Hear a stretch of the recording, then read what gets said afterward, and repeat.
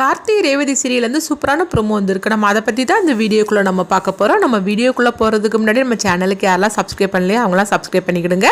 பக்கத்தில் உள்ள பெல் பட்டனை கிளிக் பண்ணிடுங்க. வாங்க வீடியோக்குள்ளே போகலாம். கார்த்தி மயில் வாகனமும் எப்படியாவது மாரியை காப்பாற்றிடணும் அப்படின்னு சொல்லிட்டு அவங்க போயிட்டுருக்கவும் அப்போ கார்த்தி ஃபோன் பண்ணிகிட்டே இருக்கிறாங்க அவங்க மாரியோட ஃபோனுக்கு. அப்போ பார்க்கும்போது முருகர் கோயிலுக்கு போகக்கூடிய ஒரு 5-6 பக்தர்கள் அவங்க பாத யாத்திரையாக அவங்க போயிட்டுருக்குறாங்க. அப்போ ஃபோன் அடிக்கிறத பார்த்ததுமே உடனே ஏதோ ஒரு ஃபோன் அடிச்சிட்ருக்குது, கீழே விழுந்து கிடக்குது அப்படின்னு சொல்லிட்டு அந்த ஃபோனை அவங்க அட்டன் பண்ணுறாங்க.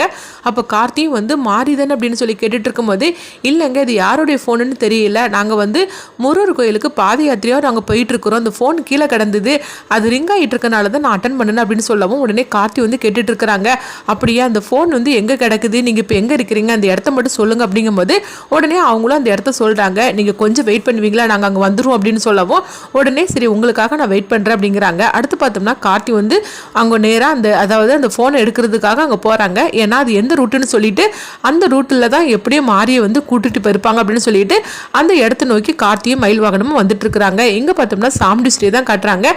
சாமுண்டி ஸ்ரீ அழுதுட்டு இருக்கும்போது அப்போ ரேவதிக்கு இப்படி அடிபட்டிருக்கிறத கேள்விப்பட்டதுமே நவீனும் துர்காவும் ரேவதியை பார்க்கறதுக்காக வராங்க. இவங்களை பார்த்ததுமே சாமுண்டி ஸ்ரீ பயங்கரமாக கோவப்பட ஆரம்பிச்சிருந்தாங்க. இப்போ சந்திரகலா கேட்டுட்டு இருக்கிறாங்க, எதுக்காக நீங்கள் வந்திருக்கிற அப்படிங்கும்போது, என்ன சித்தி நீங்கள் இப்படி பேசிட்டு இருக்கிறீங்க, அக்காவுக்கு இந்த மாதிரிக்கு நடந்து போச்சுன்னு கேள்விப்பட்டதுமே நான் ஓடோடி வந்திருக்கிறேன், அக்காவுக்கு எப்படி இருக்கிறா, எப்படி என்ன ஆச்சு அப்படின்னு சொல்லி கேட்டுட்டு இருக்கும்போதே உடனே சாமுண்டி ஸ்ரீ கேட்டுட்டு இருக்கிறாங்க. இங்கே பாரு, இதை வச்சு இங்கே பார்க்க எங்கள் கூட ஒட்டிக்கலான்னு சொல்லி நினச்சிட்டு இருக்கிறேன், என்ன ஒழுங்கு மரியாதை இருந்து போயிரு, நீ எனக்கு பொண்ணே இல்லைன்னு சொல்லிட்டு நான் தலை மொழிக்கிட்டேன், அதுக்கப்புறமா எதுக்காக நீங்கள் வந்திருக்கிற அப்படிங்கவோ அப்போ நவீன் சொல்லிட்டு இருக்கிறாங்க, என்னத்தை இந்த மாதிரிக்கு நீங்கள் பேசிகிட்டு இருக்கிறீங்க அப்படிங்கும்போது, ஏய் எதுக்காக என்னை அத்தனை கூப்பிட்டுட்டு இருக்கிற, நான் அவளை பொண்ணாவே நான் ஏற்றுக்கலன்னு சொல்லிட்டு இருக்கிறேன், இதில் வர நீ என்னை அத்தனை சொல்லி கூப்பிட்டுட்டு இருக்கிறியா, எங்கள் பாரு நான் ஏதாவது பண்ணுறதுக்குள்ளேயும் நீங்கள் 2 பேரும் ஒழுங்கு மரியாதை இங்கேருந்து போயிருங்க, நானே என் பொண்ணுக்கு இந்த மாதிரிக்கு நடந்து போச்சுன்னு சொல்லிக்கிட்டு வேதனையில் இருந்துட்டு இருக்கிறேன், நீங்கள் வேற என்னை எரிச்சல் படுத்திட்டு இருக்காதீங்க, ஒழுங்கு மரியாதையாக போகிறீங்களா இல்லைன்னு சொல்லி கேட்டுட்டு இருக்கவும் உடனே அவங்க துர்கா அழுதுகிட்டு இருக்கிறாங்க. அம்மா நான் சொல்கிறத கேளுங்கம்மா, அக்காவை நான் ஒரே ஒரு தடவை நான் பார்த்துட்டாவது போகிறோமா அப்படிங்கும்போது, நீ ஒரு நிமிஷம் கூட அங்கே நிற்கக்கூடாது, ஒழுங்கு மரியாதையை போ அப்படிங்கவோ ராஜராஜன் தடுக்கிறாங்க.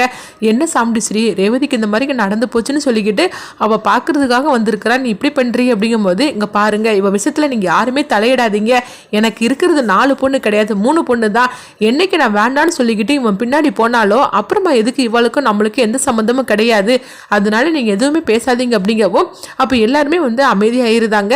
ஏன்னா சாமுண்டி ஸ்ரீயோட கோவம் அந்த மாதிரி இருக்கனால யாராலையுமே தடுக்க முடியல. அடுத்து பார்த்தோம்னா சாமுண்டி ஸ்ரீ நவீனையும் துர்காவையும் கையை பிடிச்சி தரதரன்னு இழுத்துட்டு அவங்க வெளியே தள்ளி விட்டுறவும் அப்போ உடனே துர்கா அழுதுகிட்டே இருக்கிறாங்க. அப்போ சாமுண்டி ஸ்ரீ சொல்கிறாங்க, இதுக்கு மேலேயும் ஒரு நிமிஷம் கூட அங்கே நிற்கக்கூடாது, ஒழுங்கு மரியாதையை போயிருங்க அப்படின்னு சொல்லிட்டு சாமுண்டி ஸ்ரீ போகவும் அப்போ நவீன்ட்ட அவங்க துர்கா சொல்கிறாங்க, நான் என்னங்க தப்பு பண்ணினேன், என் மனசுக்கு பிடிச்ச ஒருத்தரை நான் கல்யாணம் பண்ணிக்கிட்டேன், அதை தவிர நான் என்ன தப்பு பண்ணினேன், அது மட்டும் இல்லாமல் நீங்கள் என்னை நல்லா தானே வச்சுருக்கிறீங்க, நீங்களும் நல்ல ஒரு அந்தஸ்தோடு தானே இருக்கிறீங்க, அப்படி இருக்கும்போது அம்மா ஏன் நம்மளை புரிஞ்சிக்காமல் இப்படிலாம் பண்ணுறாங்க அப்படின்னு சொல்லி அழுதுகிட்டு இருக்கவோ அப்போ நவீன் சொல்லிட்டு இருக்கிறாங்க, ஆமாம் துர்கா நீ சொல்கிறதுலாம் சரிதான், அத்தையோட கோவம் கொஞ்சமாவது குறைஞ்சிருக்குன்னு சொல்லிட்டு நினச்சேன், ஆனால் உண்மையை சொல்ல பண்ணாக்கி அவங்க கோவம் பல மடங்கு ஆகிருக்குதுன்னு தான் சொல்லணும், நம்மளை எப்போ தான் அவங்க ஏற்றுக்க போகிறாங்களோ தெரியல, சரி ரேவதியாவது கொஞ்சம் பார்க்கவாது விடலாம்லாம் நம்மளை அப்படின்னு சொல்லிட்டு இருக்கும்போதே இப்போ ரோஹிணி வராங்க, எங்க பாரு நீங்க இருந்து போயிரு, இல்லைன்னா அம்மா கோவத்தோட வேற ஏதாவது பண்ணிட போறாங்க அப்படிங்கும்போது,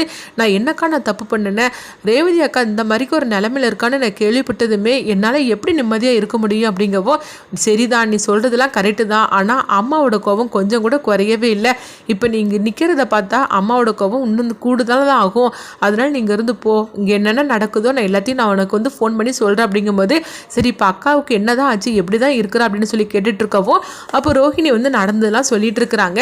இது கெட்டதுமே துர்கா அழுதுகிட்டே இருக்கும்போது, இங்கே பாரு துர்கா ரேவதிக்கு எதுவும் நடக்காது, அவள் நல்ல மாதிரி எந்திரிச்சு வந்துருவா, கண்டிப்பாக அவளுக்கு ட்ரீட்மெண்ட்லாம் இப்போ ஆரம்பிச்சிடலாம், கார்த்தி அதுக்காக தானே போயிருக்கிறாரு, அதனால நீ கவலைப்படாமல் இங்கேருந்து கிளம்பு அப்படின்னு சொல்லவும், சரி இங்கே என்னென்ன நடக்குன்னு எனக்கு அப்பப்போ ஃபோன் பண்ணு அப்படிங்கும்போது உடனே அவங்களும் சரி அப்படிங்கிறாங்க. அடுத்து பார்த்தோம்னா நவீனும் துர்காவும் அங்கேருந்து கிளம்பி போகிறாங்க. அடுத்தது எங்கே பார்த்தோம்னா பாட்டியை தான் காட்டுறாங்க. பாட்டி அழுதுகிட்டே கோயிலுக்கு வராங்க.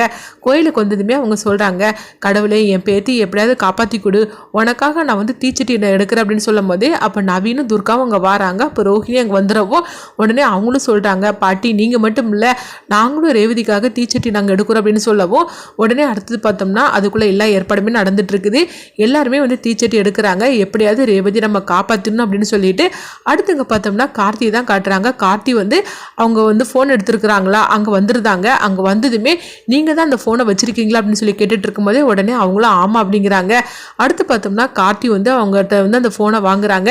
என்னங்க இது உங்களுடைய ஃபோனா அப்படின்னு சொல்லி கேட்கும்போது இல்லை இது வந்து வேற ஒரு லேடியோட ஃபோனு, அவங்க ஃபோனை வந்து கீழே விட்டுட்டாங்க அப்படின்னு சொல்லிக்கிட்டு அவங்க ஓரளவுக்கு நடந்த கதையை சொல்லவும் உடனே அவங்களும் அப்படியான்னு சொல்லி கேட்டுட்டு இருக்கிறாங்க. அப்போ அடுத்துதான் மயில்வாகன் வந்து கேட்குறாங்க, இப்போ அடுத்து கார்த்தி நம்ம என்ன பண்ணுறதுக்கு அப்படிங்கும்போது இந்த ஃபோன் இங்கே தான் விழுந்திருக்குன்னா அப்போ கண்டிப்பாக இந்த ரூட்டில் தான் அவங்க போயிருக்கணும் அப்படின்னு சொல்லும் போது உடனே வந்து மயில்வாகனமும் கார்த்தியும் வந்து கார் எடுத்து அவங்க கிளம்புறாங்க. இங்கே தான் போயிருக்கணும் சரி, ஆனால் எந்த வீட்டில் எங்கே இருக்கிறாங்கன்னு நம்மளுக்கு தெரியலையே அப்படின்னு சொல்லி கேட்டுட்டு இருக்கும்போது அப்போ கார்த்தி வந்து யோசனை பண்ணிட்டு இருக்கிறாங்க. மாரியே இவங்க எந்த இடத்துக்கு அழைச்சிட்டு போனாங்கன்னு தெரிஞ்சிருச்சுது, ஆனால் எங்கே கொண்டு வச்சிருக்காங்கன்னு தெரியல அப்படின்னு சொல்லிட்டு இருக்கும்போதே இப்போ என்ன பண்ணுறதுக்கோ தெரியல அப்படின்னு சொல்லிட்டு அவங்க யோசனை பண்ணிகிட்டே இருக்கிறாங்க.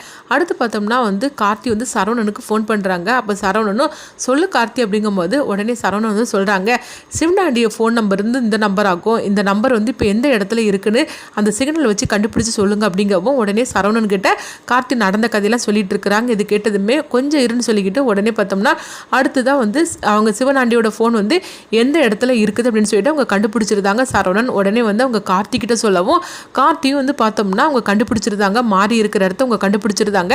கண்டுபிடிச்சதுமே அங்கே கிளம்பி போகிறாங்க. அங்கே போனதுமே பார்த்தோம்னா மாறி வந்து தயவு செஞ்சு நான் விட்டுருன்னு சொல்லிட்டு கெஞ்சிட்டு இருக்கும் போதே கார்த்தி அங்கே வந்துருந்தாங்க. வந்ததுமே இவங்க சிவனாண்டியும் முத்துவேலும் அதிர்ச்சி அடைகிறாங்க.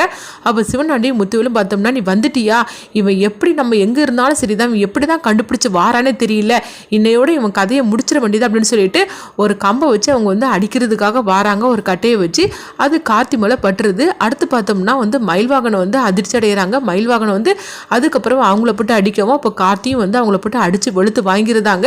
வெளுத்து வாங்கினது மட்டும் இல்லாமல் அவங்க மாறியும் காப்பாற்றிருந்தாங்க. சிவனாண்டியும் முத்துவேலும் வந்து என்ன பண்ணுதுங்கன்னு தெரியாமல் அவங்க வந்து அடி வாங்கிட்டு அப்படியே அங்கேருந்து தப்பிச்சு கிளம்பி ஓடுறாங்க. அப்போ மயில்வாகனை சொல்கிறாங்க, கார்த்தி உனக்கு ஒன்றும் இல்லை அப்படின்னு சொல்லி கேட்டுட்டு இருக்கும்போது எனக்கு ஒன்றும் இல்லை, நம்ம இப்போ ஃபஸ்ட்டு இவங்களை வந்து அழைச்சிட்டு போயிடலாம் அப்படிங்கும்போது உடனே மாறி வந்து சொல்கிறாங்க, இவன் தான் கார்த்தின்னு சொல்லிட்டு என்னை அழைச்சிட்டு வந்துட்டாங்க அப்படின்னு சொல்லும் போது ஆமாம் எல்லா விஷயமும் எனக்கு தெரியும், வாங்க இந்தாங்க உங்களுடைய ஃபோன் அப்படின்னு சொல்லவும் என் ஃபோனை எடுத்துகிட்டு வந்துட்டிங்களா, இவனுங்க தூக்கி வீசிட்டானுங்க, ஏன்னா நான் வந்து உங்கள்கிட்ட பேசுகிறேன்னு சொல்லிக்கிட்டு இந்த மாதிரி ஃபோனை தூக்கி வீசிட்டானுங்க அப்படின்னு சொல்லவும் அடுத்து பார்த்தோம்னா கார்த்தி வந்து மாறி அழைச்சிக்கிட்டு நேரங்க ஹாஸ்பிட்டலுக்கு வராங்க.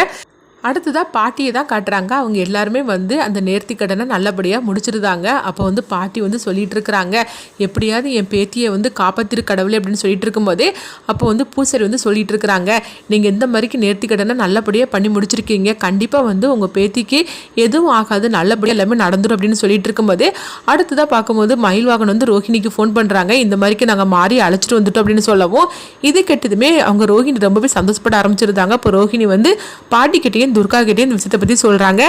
அப்போ எல்லாருமே சந்தோஷப்படவும் நம்ம உடனே ஹாஸ்பிட்டலுக்கு கிளம்பல அப்படின்னு சொல்லும் போது இப்போ துர்கா வந்து சொல்கிறாங்க, நானும் வர அப்படிங்கும் போது இல்லை துர்கா நீ வர வேண்டாம், நீ வந்தேன்னா அம்மாவுக்கு இப்போ கோவமாக இருப்பாங்க, அதனால ஒன்றும் ஆகாது, நீ வீட்டுக்கு 2 வாரம் நீங்கள் கிளம்பி போங்க, நானும் பாட்டியும் ஹாஸ்பிட்டலுக்கு போகிறேன் அப்படின்னு சொல்லவும் துர்கா வந்து ரொம்பவே சோகத்தோடு அவங்க நவீனோட பார்த்தோம்னா வீட்டுக்கு போகிறாங்க. அடுத்தது பாட்டியும் ரோஹிணியும் வந்து ஹாஸ்பிட்டலுக்கு வரவும் இங்கே பார்த்தோம்னா அவங்க மாறி வந்து அவங்க அந்த குரூப்பை வந்து கொடுக்கவும் அடுத்ததான் ரேவதிக்கு ட்ரீட்மெண்ட் நடந்துட்டு இருக்குது. அடுத்ததான் என்ன நடக்க போகுதுன்னு சொல்லிட்டு வெயிட் பண்ணி பார்க்கலாம்.